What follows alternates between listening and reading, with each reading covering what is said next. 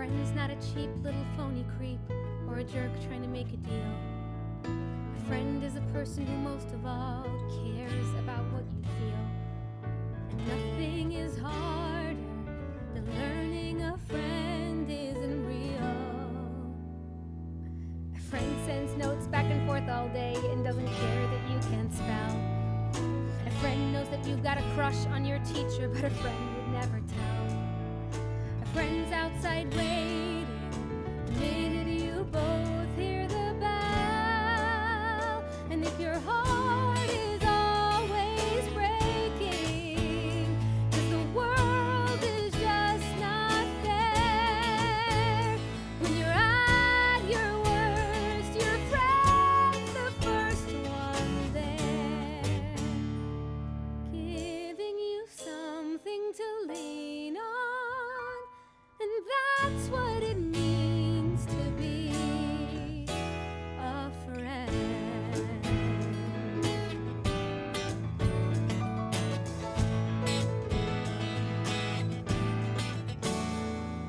A friend won't smoke when she's in your room or laugh at the poems you write.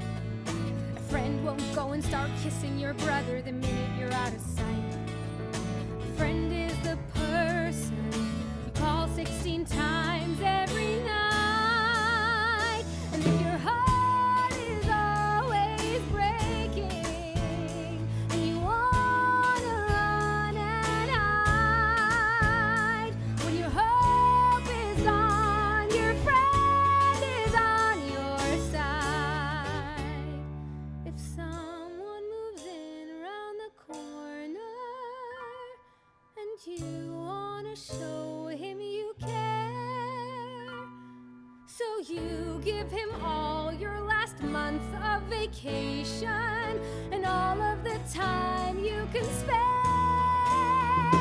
But then on the first day of classes, he acts like you're not even there. Then he doesn't know. He doesn't know. He'll never know what it means to be a friend.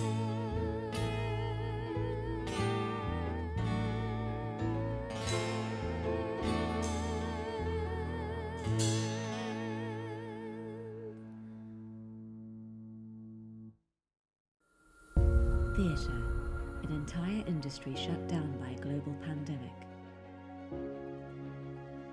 In the Wings is a collection of interviews with writers, composers, and creatives whose work was affected by COVID-19. In this series, we will shine a spotlight on those productions, featuring live performances by West End stars and emerging artists. These are the stories of those shows, waiting in the wings. Episode 4, Terror at the Sweet Shop. Gavin Brock, really looking forward to this interview. Terror at the Sweet Shop is your new show. If you'd tell us a little bit about yourself, your background, how you got into doing this show and how you got into being a writer. Absolutely. Well, I work as a primary school teacher, and I've always been a writer ever since I was a teenager. So in the run-up to discovering Terror at the Sweet Shop as a source material, I'd just written a musical review for a primary school based on the works of Roald Dahl. So I was very kind of immersed in that world. And another Welshman too. And another Welshman from the Rhondda Valley, South Wales. Oh, wow. Yes. So when I came across the book, I kind of enjoyed all of kind of like the more gross out aspects of it and all of that sort of thing. I thought that would kind of appeal to a family audience. And when I saw the writer was looking for somebody to adapt the musical, I sent him a couple of songs over kind of based on George's Marvellous Medicine and Fantastic Mr. Fox, and he really liked them. And this has a real flavour of all of that with, kind of the more gross out elements and kind of things like all the sweets and the witches and all of that kind of thing. There was a definite flavour of Little Britain in the source material as well. There's one song, I don't know if I can talk about this really, there's one song in it which hangs on a plot point where one of the characters, in order to get rid of the witch, releases the world's kind of stinkiest fart into the sweet shop. Very Dalian, yes. Very Dalian, Very and Dalian. very, very kind of Little Britain. And I remember kind of reading it. That what really appealed to me about it was there was the children drove the story. So for the first half of the story, it's really written for an ensemble cast for performers, for 5 main performers around the age of 10.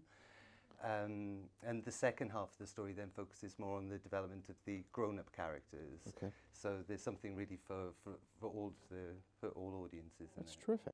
I like the kind of the subversive nature of his work, really, because, you know, in Roald Dahl's universe, the grown-ups are not necessarily the good guys, Yeah. you know, but for the most part, you know, it's about children rebelling against authority. And kind of my way into Terror at the Sweet Shop really was to look at it as a commentary on politics at the moment, you know, even though it's ostensibly a family show about, you know, children taking power from a witch who's trying to take over the world. You know, with all that's going on in America and the UK at the moment, I think kind of approaching it through that lens of, you know, people not listening to each other anymore and people being seduced by sweet-talking people, and yeah, trying to get your voice heard is kind of the central message of the whole thing. So what stage was the show at in the middle of March? Okay, so we'd been writing it since late 2016, and in that time we had a showcase at the Beam Music Theatre Festival at the Theatre Royal Stratford East, and it's also been selected as finalist for the Styles and Drew Award, Wonderful. the Mentorship Award in 2018 as well. We had a full workshop at the Other Palace for a week, featuring some fantastic West End talent, including children that have been in School of Rock and Caroline or Change and all these things. Brilliant young cast. And we got it up to that point, and we were just about to take it to the Maltings Theatre in St Albans, ready for October, when COVID struck and just kind of put everything on ice. Is there talk about when this is over that there should be a resuscitation? We're hoping to. They said they're going to push their programme back into next year, so hopefully around this time next year we'll be preparing to put on a full production.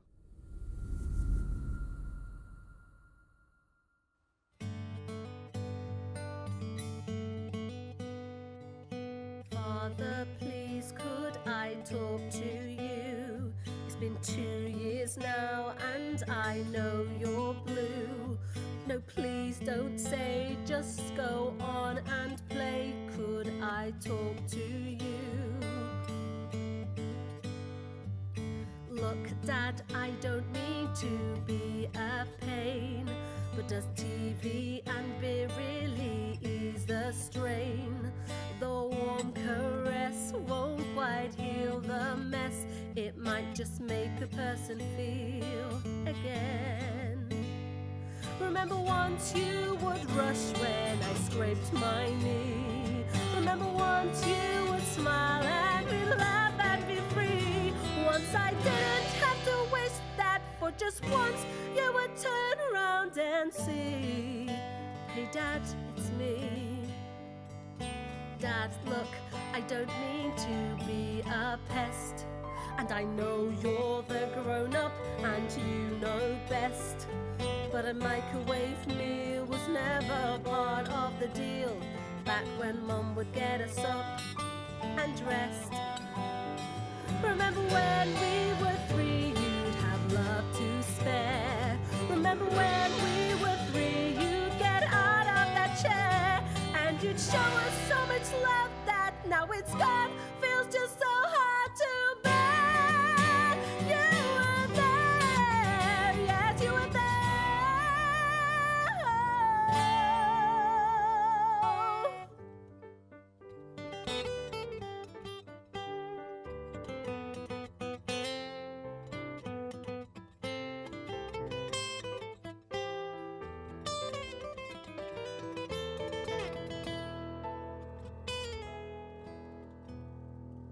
Dad, would you mind if I bend your ear?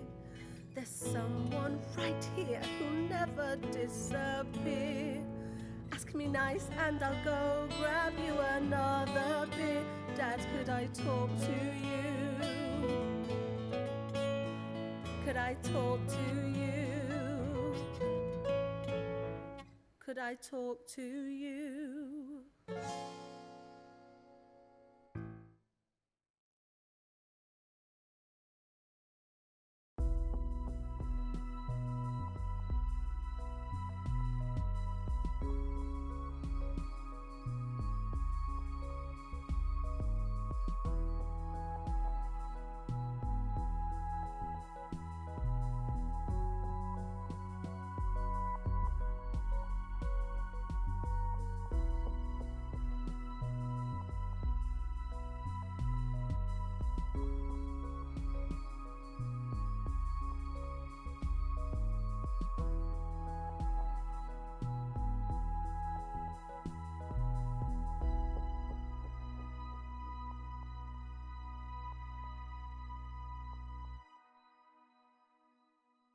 What's your musical background? You wrote both the music and the lyrics.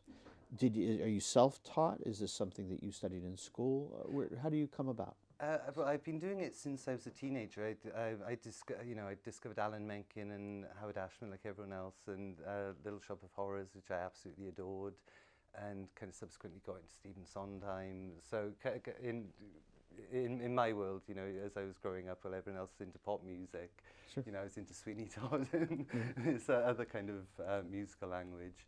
But my uncle was a musician, and he had all this equipment that he kind of gave to me, and like literally note by note, not really knowing anything about musical theory, I was able to kind of construct songs. So my first adaptation was Jonathan Harvey's Beautiful Thing when I was 15, and my music teacher at the time said I should connect with him and let him know I was doing it. So I wrote to him, and his agent wrote back in no uncertain terms that I needed to cease any more writing on it. Welcome to the show business. Yes, that's right. We're a loving crowd. Yeah, and thereafter I tried to find something that was completely out of copyright to start work on. And I watched a documentary about the life of J.M. Barrie, which I found very interesting. Sure. I spent about 7 years writing a musical called The Man Who Wouldn't Grow Up, talking about how the characters kind of evolved from his biography. Yeah, Finding Neverland, I thought Only was for Finding one of Neverland the to best arrive. movies of its year for sure. Yeah. You know. That's it. And I remember when it came out, and it was Johnny Depp and Miramax, and it was like, there's the copyright issue again, so I have to cease work on that. And then Gary Barlow ended up writing the musical of Finding Neverland, so it ended up being that kind of situation where it was, you know, the underdog in the whole scheme of things. Comes February, March, and the world changes. What happened to you, to the production, to all the people working on it, and where does it stand right now? So, I mean, we were in the process at that point of kind of taking what we'd done from the workshop and neatening up the edges and making sure we had the full score and a renewed script and everything with all the changes that had happened when obviously COVID happened. And gradually we kind of realized that the October production was very unlikely to happen, and you know, for a long time we didn't know if theatre was even going to come back realistically. I think it's kind of been a good time for writers, because you know, all any of us really want is time to kind of sit down and knuckle away and do our writing.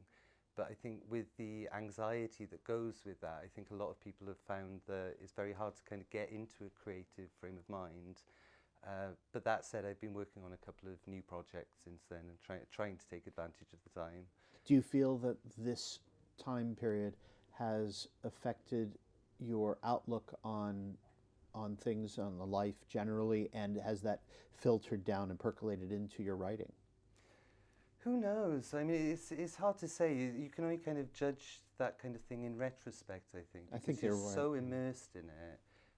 I think even when it came to writing Terror at the Sweet Shop and constructing the characters, what I kind of had to do was channel myself into them in a very real way and think, well, how does this kind of cartoon character relate to me in some way, and how in my life? And I think that's what gives musical theatre its kind of voice, when you actually put yourself into it. So I think maybe a few years down the line, we're going to look back and see that there are particular themes that reflect, you know, the anxieties of the political time or the, you know, the pandemic.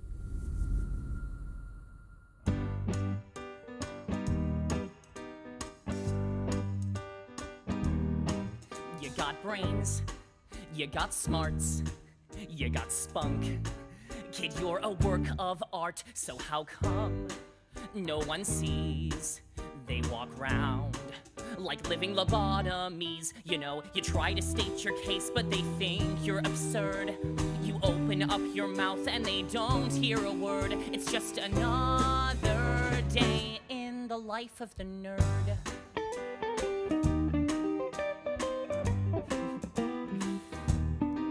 And so what?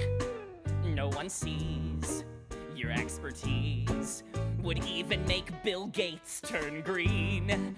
So go ahead, go be mean. One day I'll earn more than the queen, but till then I don't mean to offend. And yes, I'll do your homework if you'll be my friend. It's just another day in the life of the nerd. Still we're always on hand to bail you out when you don't understand. It's like a language only we know, so should it be any surprise to us? It's like when you guys socialize, and voila, there it is. Your little nerd is one big technological whiz. Thanks so much. Hope you enjoyed. It's nice to see you for once not annoyed, and it's amazing what we're capable of with just a little less judgment and a little more love. Still, you never hear them say that it was me who saved the day, just like every other day in the life of the nerd. You're a school teacher. Mm-hmm. How old are the kids that you work with generally? I'm primary level, so all the ages up until 11. Okay. Do you find that working with kids educates you for your writing?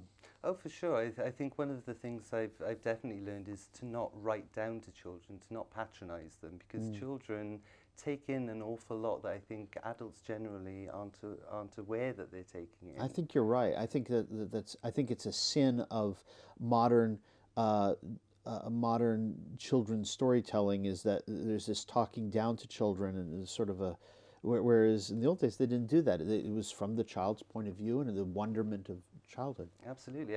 I think Roald Dahl is the embodiment of that. You know, he's able to kind of get down on his knees and kind of look around like, at the environment as a child and kind of perceive it like that. I mean, there are certainly benefits to working with children as a musician, because I've kind of gone into solely music teaching. So being able to, on a technical level, know what children's voices can actually do is very, very beneficial as well. So being able to kind of stage musicals and things and work with them and kind of see what ordinary children can do is usually amazing. It's usually, you know, when Tim Minchin writes Matilda, he doesn't write everything in 4/4. And things that I think adults would struggle to get their heads around. Children naturally pick it up by osmosis. You know, they think they understand a lot better than people give them credit for. Yeah, no, and also I think they're fearless. Yes. You know, a talented child, they'll oh, you got a script I got to learn? Okay, so they just plow through it. Absolutely, and the actors that we had as well, Jack Meredith, who was one of the children in Caroline or Change, he played our Oscar in the workshop. He threw himself into it. He said he used to go down the street, like imagining like some of the songs going on, like he was kind of hiding behind pillar boxes and things like that, like he was chasing the witch. They just have the it's just the joy of being in the theater and getting the attention and doing what you love. It's the joy of play, isn't it? I think as writers, that's something we need to tap into all the time. I've enjoyed working on a new project that is kind of in development called The Aftermath, which is about gun violence in the US. And I'm kind of exploring country and western as a possibility for the musical language of the piece. How interesting. And kind of doing some research on how to make that theatrical as well. So, you know, they work very well as ballads, but kind of making it a dramatic form is something else in its own right. But Sounds exciting. I hope so. It kind of started life as a two-person because of the COVID situation. I'm kind of aware that we're going to have to pare things down quite a lot to get things on. I think you're right. And I think you know, theatres above pubs are going to see a bit of a renaissance when we come back. You know, kind of small musicals are going to make a bit of a comeback. So it was originally conceived as a two-man musical. But inherent within that is the stasis of two people in a room. So I've kind of expanded it outwards for it to be a 5-person ensemble. So there's a trio that comment upon the action that's going on, kind of bring you in and out of different characters and things like that. And I think it's also important to remember, you know, you shouldn't build a suit around a button. You know, yes, you're 100%. I think you're 100% right. We are going to have to economize as we move forward. We can't. Nobody's going to be coming out with Les Miserables, the sequel. But people do go to theater to experience an event.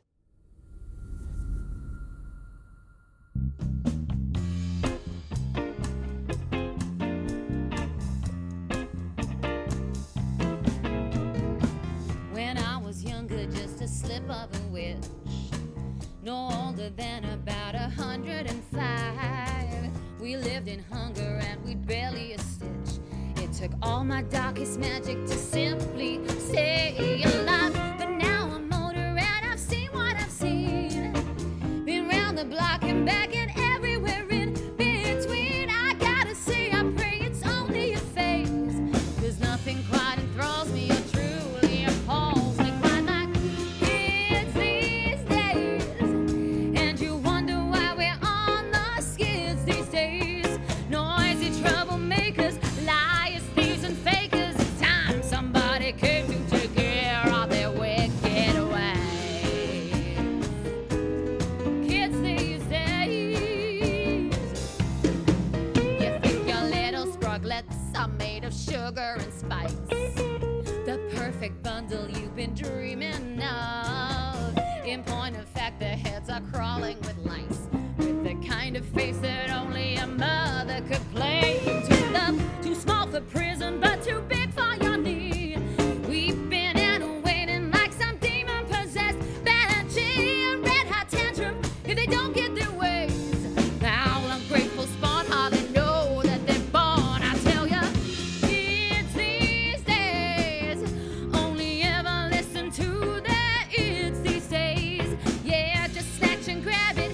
Ooh, I gotta have it. Say, ain't nobody gonna take care of their wicked ways. The sound of children's laughter, well, it fills up my heart with gall. But there's just one thing I'm after. No, I won't be satisfied till I've crushed them all. Kids these days, always squiggling and squirming like squids these days.